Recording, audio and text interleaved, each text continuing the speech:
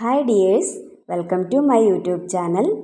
Standard 8 Social Science 5th chapter The Constitution of India Rights and Duties എന്ന ചാപ്റ്ററിൻ്റെ part 3 video ആണിത്. Part 1, part 2 videos കാണാത്തവർ അത് കാണുക. ലിങ്ക്സ് ഡിസ്ക്രിപ്ഷൻ ബോക്സിൽ കൊടുക്കാം.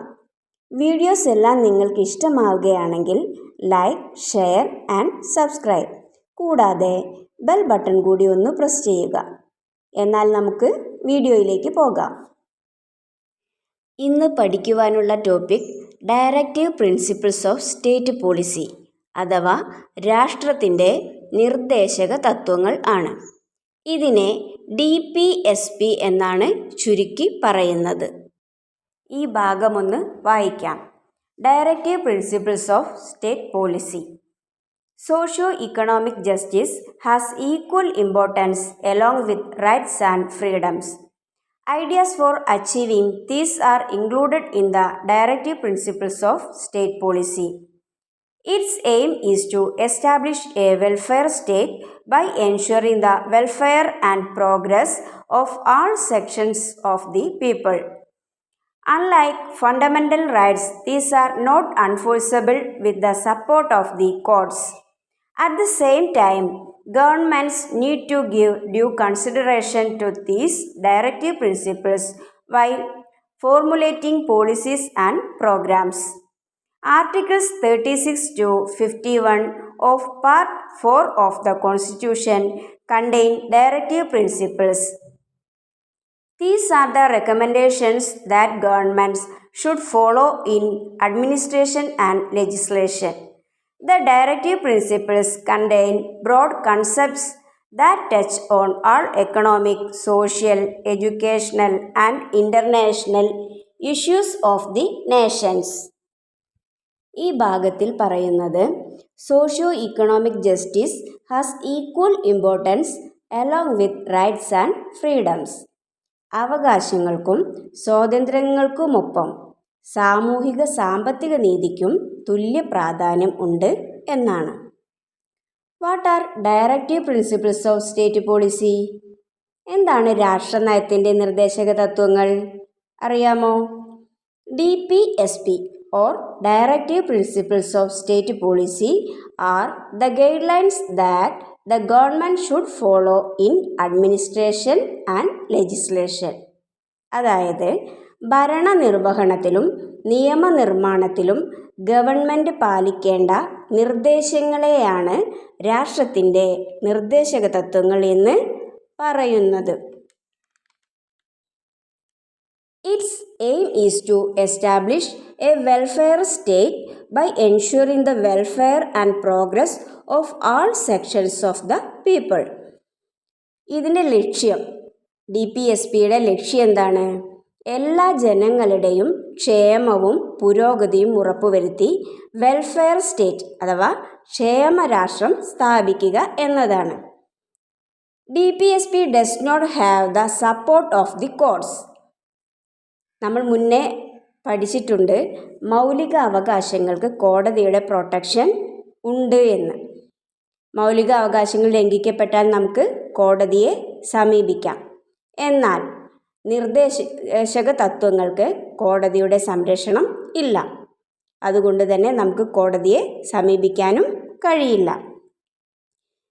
DPSP are included in Part 4 of the Constitution and Articles 36 to 51.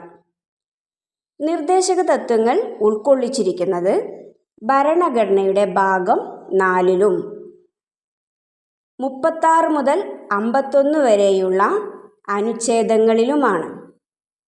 അപ്പോൾ നമ്മൾ ഈ ഭാഗത്ത് എന്തെല്ലാം പഠിച്ചു? DPSP എന്താണ്, അതിൻ്റെ ലക്ഷ്യം, അതുപോലെ പാർട്ട്, ആർട്ടിക്കിൾ എന്നിവയെല്ലാം പഠിച്ചു. ഇതിൻ്റെ നോട്ട് വീഡിയോയിൽ കൊടുക്കാം. വീഡിയോ സ്കിപ്പ് ചെയ്യാതെ മുഴുവനായി കാണുക. The directive principles of state policy can be classified into 3 categories, namely liberal ideas, socialist ideas, and Gandhian ideas. Directive principles of state പോളിസിയെ 3ആയി തിരിച്ചിട്ടുണ്ട്. ഒന്ന്, ലിബറൽ ഐഡിയാസ് അഥവാ ഉദാര ആശയങ്ങൾ. രണ്ട്, സോഷ്യലിസ്റ്റ് ഐഡിയാസ് ഓർ സോഷ്യലിസ്റ്റ് ആശയങ്ങൾ. മൂന്ന്, ഗാന്ധിയൻ ഐഡിയാസ് അല്ലെങ്കിൽ ഗാന്ധിയൻ ആശയങ്ങൾ. ഓരോ ആശയങ്ങളും എന്തെല്ലാമാണ് പറയുന്നതെന്ന് ഒന്ന് വായിക്കാം. Liberal ideas: promote international peace and security, uniform civil code for citizens, equal justice and free legal aid, provision of care and education for children under 6 years of age, environment, livestock and wildlife conservation. Next, socialist ideas: wage for livelihood for workers, equal pay for equal work for men and women, participation of workers in the management of industries, right to employment, ensure regular and human working conditions and maternity benefits. Third one, Gandhian ideas: organize gram panchayats, fostering cottage industries, agriculture and animal husbandry, prohibition of consumption of intoxicating drinks and drugs injurious to health, uplift of scheduled caste and scheduled tribes and other weaker sections. ഇനി മലയാളം ഭാഗം കൂടി വായിക്കാം. അപ്പോൾ ഒന്നുകൂടി നിങ്ങൾക്ക് മനസ്സിലാവും.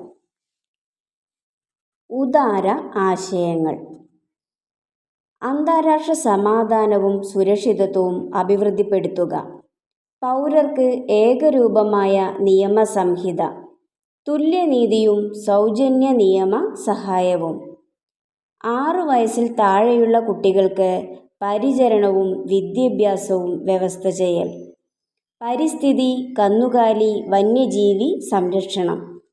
ഇത്രയുമാണ് ഉദാര ആശയങ്ങൾ. ഇനി സോഷ്യലിസ്റ്റ് ആശയങ്ങൾ നോക്കാം. തൊഴിലാളികൾക്ക് ജീവിക്കാനാവശ്യമായ വേതനം, സ്ത്രീക്കും പുരുഷനും തുല്യ ജോലിക്ക് തുല്യ വേതനം, വ്യവസായശാലകളുടെ നടത്തിപ്പിൽ തൊഴിലാളികളുടെ പങ്കാളിത്തം, തൊഴിൽ ചെയ്യുന്നതിനുള്ള അവകാശം, നീതിപൂർവകവും മാനുഷികവുമായ തൊഴിൽ സാഹചര്യങ്ങളും പ്രസവാനുകൂല്യങ്ങളും ഉറപ്പുവരുത്തുക. ഗാന്ധിയൻ ആശയങ്ങളാണ് മൂന്നാമത്തേത്. നോക്കാം. ഗ്രാമപഞ്ചായത്തുകൾ സംഘടിപ്പിക്കുക, കുടിൽ വ്യവസായങ്ങൾ പരിപോഷിപ്പിക്കുക, കൃഷിയും മൃഗസംരക്ഷണവും, ലഹരി പാനീയങ്ങളുടെയും ആരോഗ്യത്തിന് ഹാനികരമായ മരുന്നുകളുടെയും ഉപയോഗത്തിനുള്ള നിരോധനം, പട്ടികജാതി പട്ടികവർഗ വിഭാഗങ്ങളുടെയും മറ്റ് ദുർബല വിഭാഗങ്ങളുടെയും ഉന്നമനം. ഇത്രയുമാണ് ഡയറക്റ്റീവ് പ്രിൻസിപ്പിൾസ് ഓഫ് സ്റ്റേറ്റ് പോളിസിയുടെ 3 ആശയങ്ങളിലുമായി പറയുന്നത്. മനസ്സിലായോ കുട്ടികളെ?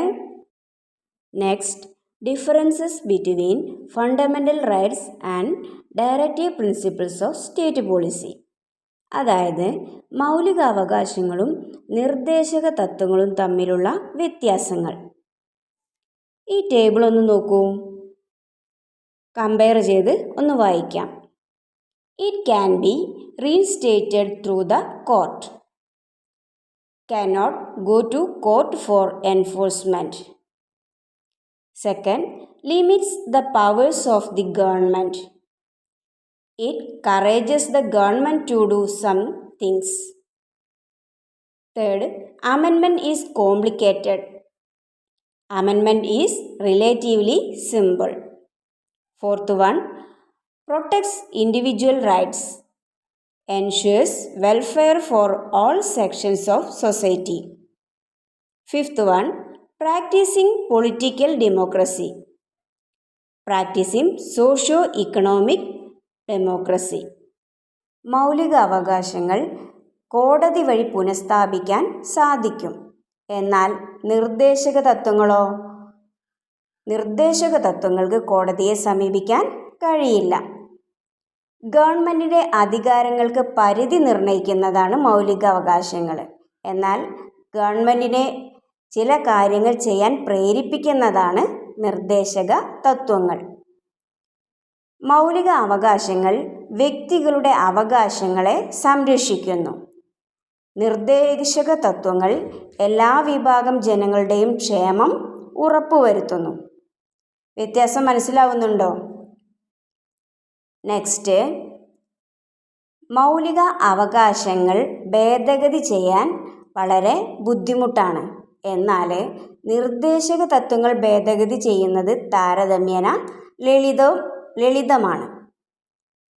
രാഷ്ട്രീയ ജനാധിപത്യം ഉറപ്പുവരുത്തുകയാണ് മൗലിക അവകാശങ്ങളുടെ ലക്ഷ്യം എങ്കിൽ സാമൂഹിക സാമ്പത്തിക ജനാധിപത്യം ഉറപ്പുവരുത്തുകയാണ് നിർദ്ദേശക തത്വങ്ങളുടെ ലക്ഷ്യം.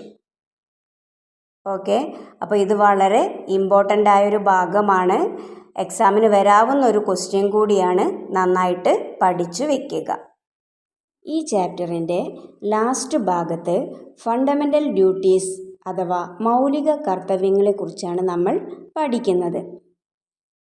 The fundamental duties are a set of moral obligations included in Part 4A of the Indian Constitution, specifically under Article 51A. There are 11 fundamental duties. Indian ഭരണഘടനയുടെ ഭാഗം 4A ആർട്ടിക്കിൾ 51A ഉൾപ്പെടുത്തിയിട്ടുള്ള ധാർമ്മിക നിയമങ്ങളാണ് മൗലിക കർത്തവ്യങ്ങൾ. മൗലിക കർത്തവ്യങ്ങൾ 11 എണ്ണമാണുള്ളത്.